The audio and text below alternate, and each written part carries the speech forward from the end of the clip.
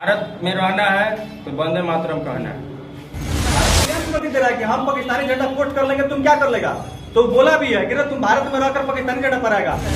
ऐसे ऐसे बच्चे खासकर देश विरोधी गतिविधियों में सम्मिलित पाए जा रहे हैं और सामने आ भी रहे हैं। इसके पीछे वंदे मातरम, वंदे मातरम, वंदे मातरम, भारत माता की जय।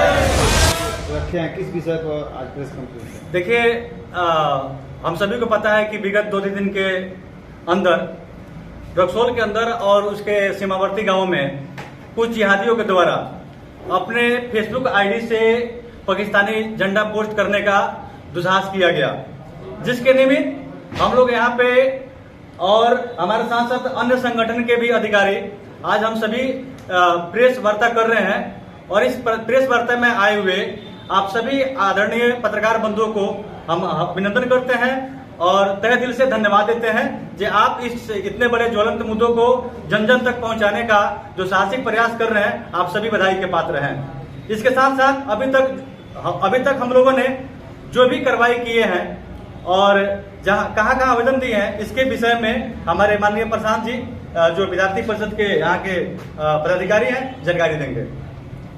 दिग्विजय जी, जैसे कि आपने अभी बोला कि कुछ जिहादियों द्वारा, जी, क्या वो भारत के नागरिक नहीं है? देखिए, भारत के नागरिक होने से मतलब नहीं है, आपको भारत के प्रति निष्ठा और प्रेम दिखाना पड़ेगा। आप भारत के नागरिक होकर भी देशद्रोही कहलाते हैं ना अपने कृत्य से। यदि आप इस तरह का कृत्य कीजिएगा, भारत के विरोध में पाकिस्तानी झंडा का पोस्ट कीजिएगा, तो आप नागरिक होकर भी आपको देशद्रोही मानेंगे। भारत के अंदर पीएफआई जैसे आतंकवादी संगठनों का एक मंसूबा है कि भारत के अंदर जितने भी देश विरोधी गतिविधियां हैं वह सब 18 साल से कम उम्र के बच्चों को ही कराया जाए। ऐसा इसलिए किया जा रहा है कि वे लोग कानून के नजर से मतलब ज्यादातर आजादी दिया गया बात में। जी, आजादी देखिए उन लोग का एक माइंड सेट है, गजवा हिंद के माइंड सेट के साथ वे लोग ये सब कर रहे हैं। और हम इस प्रेस वार्ता के माध्यम से तमाम देशभक्त नागरिकों से अपील करते हैं कि ऐसे ऐसे जो आस्तीन के सांप हैं, इनके फल कुचलने के लिए आप सभी को दृढ़ संकल्पित होकर प्रयास करना होगा और हम सभी को मिलकर लड़ाई लड़ना होगा। अगर हम नहीं लड़ते हैं तो जिस प्रकार अभी हम सभी को पता होगा कि गृह मंत्रालय का भी रिपोर्ट आया है, जो सीमावर्ती खासकर सीमावर्ती क्षेत्रों में जहां भारत और नेपाल का जहां मामला है, यहाँ पे रोहिंग्या, बांग्लादेशी और पाकिस्तानी मुसलमान भी आकर यहाँ पे शरण ले रहे हैं, अपना निवास स्थान बना रहे हैं और उन लोगों के द्वारा भारत के विरोध में निरंतर षड्यंत्र रचने का काम किया जा रहा है। और जो सीमावर्ती मदरसा और मस्जिद भी है, वहां पर भी देश विरोधी गतिविधि फैलाने का काम किया जा रहा है। इसलिए इस प्रेस वार्ता के माध्यम से हम चाहते हैं कि सारे जो भी देशभक्त है, आम नागरिक है, इन सारे गतिविधियों पर अपना निरंतर निगरानी रखें। जिस लड़का का गिरफ्तारी हुआ है, उनके माता पिता का कहना है कि मेरा लड़का बस बहकाव में आकर ऐसे कर दिया था, उसके लिए हम लोग माफी चाहते हैं और वो भी मतलब प्रेस के माध्यम से कुछ कहना चाहते हैं। देखिए, बहकाव में देश विरोधी गतिविधि नहीं होता है। आज तक वह भटका हुआ लड़का और बहका हुआ लड़का कभी आपने सुना है कि अपने माता पिता को मार दिया हो या उनका सर फोड़ दिया हो? या भटका हुआ लड़का सिर्फ भारत के विरोध में ही षड्यंत्र क्यों करता है? यह हम सभी को लिए एक यक्ष प्रश्न है। और आप देखे होंगे कि लगातार इस पूरे बिहार में अभी अंडर 18 साल के बच्चों ये सबसे पहले तो देश में जैसे हर्ष और गौरव का माहौल है, आज़ादी का 75वां अमृत महोत्सव मनाया जा रहा है और उस दरमियान जो ये रक्सौल सीमावर्ती क्षेत्र है, रक्सौल बहुत बड़ा खुला सीमा है, यहाँ से आसिन भट्टल जैसा आतंकवादी गिरफ्तार हुआ है और इस जगह पर इतना सेंसिटिव माहौल है और इस बीच ऐसा गतिविधि करना ये बहुत बड़ा अपराध है, ये देश के लिए और हम सभी युवाओं के लिए बहुत सोचने का विषय है। देखिए, सबसे पहले तो हम लोग कहना यही चाहेंगे कि ये नया भारत है और ये यहाँ के युवा सब जग चुके हैं। सब सतर्क हो जाएं, देश से प्रेम करें। देश के प्रति अगर गलत गतिविधि रहा तो उसका परिणाम गलत होगा। और इस बीच हम लोग जो गलत गतिविधि किया लोग साक्ष्य के साथ हम लोग रखे हुए हैं, उस पर हम लोग कानूनी कार्रवाई भी किए हैं, जिसमें 3 लोग हैं सम्मिलित हैं। उनका नाम है समीर अंसारी, पता मुस्तफ़ा अंसारी, पिता का नाम मुस्तफ़ा अंसारी, टुमड़िया टोला वार्ड नंबर 3 का निवासी है। दूसरा है साहिल मियाँ, पिता अनवर मियाँ, टुमड़िया टोला वार्ड नंबर 4 का निवासी है। एक है मेराज खान, पिता मेहंदी मियाँ, नूनियाडी पंचायत का है। तीनों पे हम लोग कानूनी कार्रवाई में दे दिए हैं। इसमें से कुछ नाबालिग है या बालिग है, ये तो कानून चाइल्ड विभाग में सौंपा ये गया। तो कानून का विषय है, वो तो कानून का जांच का विषय है। एक बात बताइए प्रशांत जी, यहाँ भी कोई अदर देश का झंडा लगता है, सिर्फ आप ही लोग को दिखाई देता है और संगठन क्या नहीं देखते? अच्छा, सबसे पहले क्या चीज जानते हैं, दिखता तो सबको है, लेकिन आवाज पहले उठाना नहीं चाहता है।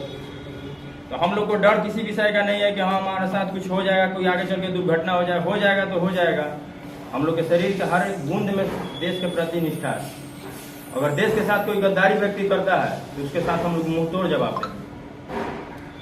अभी तक इस पूरे मुद्दे पे प्रशासन द्वारा क्या सहयोग मिला? ये राष्ट्र से जुड़ा विषय है।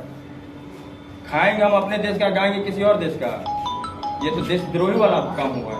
अच्छा, एक आदमी कह रहा था कि वो पाकिस्तानी झंडा नहीं था, वो इस्लामिक झंडा था। उसका साक्ष्य है हम लोग के पास, आपको साक्ष्य दिखा देंगे हम सभी मीडिया भाई के बंधु के साथ। और आप जो सवाल किए हैं, उस सवाल में जो लड़का किए हैं, उस सवाल में जो लड़का पोस्ट किया है और जिसमें जो पाकिस्तानी झंडा पोस्ट किया है, उसमें स्पष्ट लिखा हुआ माई नेशनल फ्लैग। माई नेशनल फ्लैग। एक लड़का जो मैसेंजर पर उसे चैट कर रहा है, तो वह मैसेंजर पर लिखा हुआ, आप सभी पत्रकार बंधुओं के पास ऐसा डॉक्यूमेंट होगा, देख सकते हैं आप लोग। अगर नहीं होगा तो हम सभी देने का काम करेंगे। और आप देखेंगे कि उसमें जो मैसेंजर पर चैट हो रही है, एक देशभक्त लड़का जो आदर के पात्र है, हम उसे बधाई देते हैं जिस लड़का ने इतना आईडी से तो बोला है कि जो लड़का है वो जो हिंदू लड़का है, वह बोला है कि तुम इसको हटाओ और तिरंगा लगाओ। तो वो बोला कि नहीं, पहले हिंदू लड़का को बोला है कि नहीं तुम पाकिस्तानी झंडा लगाओ, तब जाकर हम तिरंगा लगाएंगे। यानी आप कैसे कर सकते हैं? इस तरह का हरकत ज्यादातर देखा जाता था पाकिस्तान और इंडिया के बॉर्डर पर, यानी कश्मीर में। नहीं, ऐसा नेपाल के बॉर्डर पे ऐसा कुछ नहीं है, ऐसा कुछ नहीं है। अभी पूरे भारत में जगह जगह से ऐसे कृत्य किए जा रहे हैं। यह सब गजवा हिंद के माइंडसेट के लोग हैं जो भारत को मतलब कि मुस्लिम राष्ट्र बनाने के नियत से ऐसा कर रहे हैं। वे खुला चुनौती दे रहे हैं पूरे देशभक्त नागरिकों को कि हम ऐसा करेंगे, लेकिन हम लोग जहां रहते हैं वहां ठीक करेंगे। हम लोग रक्सौल के अंदर किसी भी जिहादी को फन को आगे नहीं बढ़ने देंगे और उन्हें हम माकूल उत्तर देने का काम करेंगे। एक बात बताइए विजय जी, ऐसा पोस्ट डाल के आखिर वो लोग क्या साबित करना चाहते हैं? ऐसा पोस्ट डालकर वे लोग हिंदू समाज को डायरेक्ट चुनौती दे रहे हैं कि हम लोग भारत में ही रहकर हम भारत के संविधान को, भारत के कानून को नहीं मानते हैं। हमारे दिल में पाकिस्तान, शरिया और इस्लामिक मुल्क का ख्वाब है। ये अब उनको जगना होगा, क्योंकि अब सोने का वक्त नहीं है। हमें हमारे बीच में ही रहकर हमें ललकारने का काम किया जा रहा है, हमें चुनौती देने का काम किया जा रहा है, और इस परिस्थिति में हम कतई चुप नहीं रह सकते हैं। और जो भी लोग इस तरह का कृत्य करते हैं, हम उन्हें चुन चुन कर जवाब देंगे। इसलिए हम लोग इस देश के कानून और संविधान से प्रेम करते हैं। इसलिए सर्वप्रथम हम लोगों ने कानून का सहारा लिया, आवेदन दिया, और हमें यहाँ के अधिकारियों पर पूर्ण विश्वास है, हमें उनकी देशभक्ति पर पूर्ण विश्वास है, और हमें उम्मीद है कि कानून के द्वारा भी ऐसे जिहादियों का फन कुचला जाएगा। लेकिन आवश्यकता पड़ी तो हम लोग भी सड़क पर उतरकर उनका ईंट से ईंट बजा देने के लिए पूरी तरह वचनबद्ध है और संकल्पित है। और इस काम के लिए हम ही लोग संकल्पित नहीं है, इस काम के लिए इस भारत के नहीं अपितु पूरे देश के, पूरे देशभक्त राष्ट्रभक्त जो नागरिक हैं, जो इस देश के मिट्टी से प्रेम करते हैं, इन लोगों को राष्ट्रीय ध्वज फहराने की अनुमति नहीं दिया गया था। 2002 में सुप्रीम कोर्ट ने यह आदेश दिया था कि देश का कोई भी देशभक्त नागरिक, चाहे वो निजी संस्थान में फहराना चाहते हो या किसी संगठन में फहराना चाहते हो, वह कहीं भी अब राष्ट्रीय ध्वज को फहरा सकता है।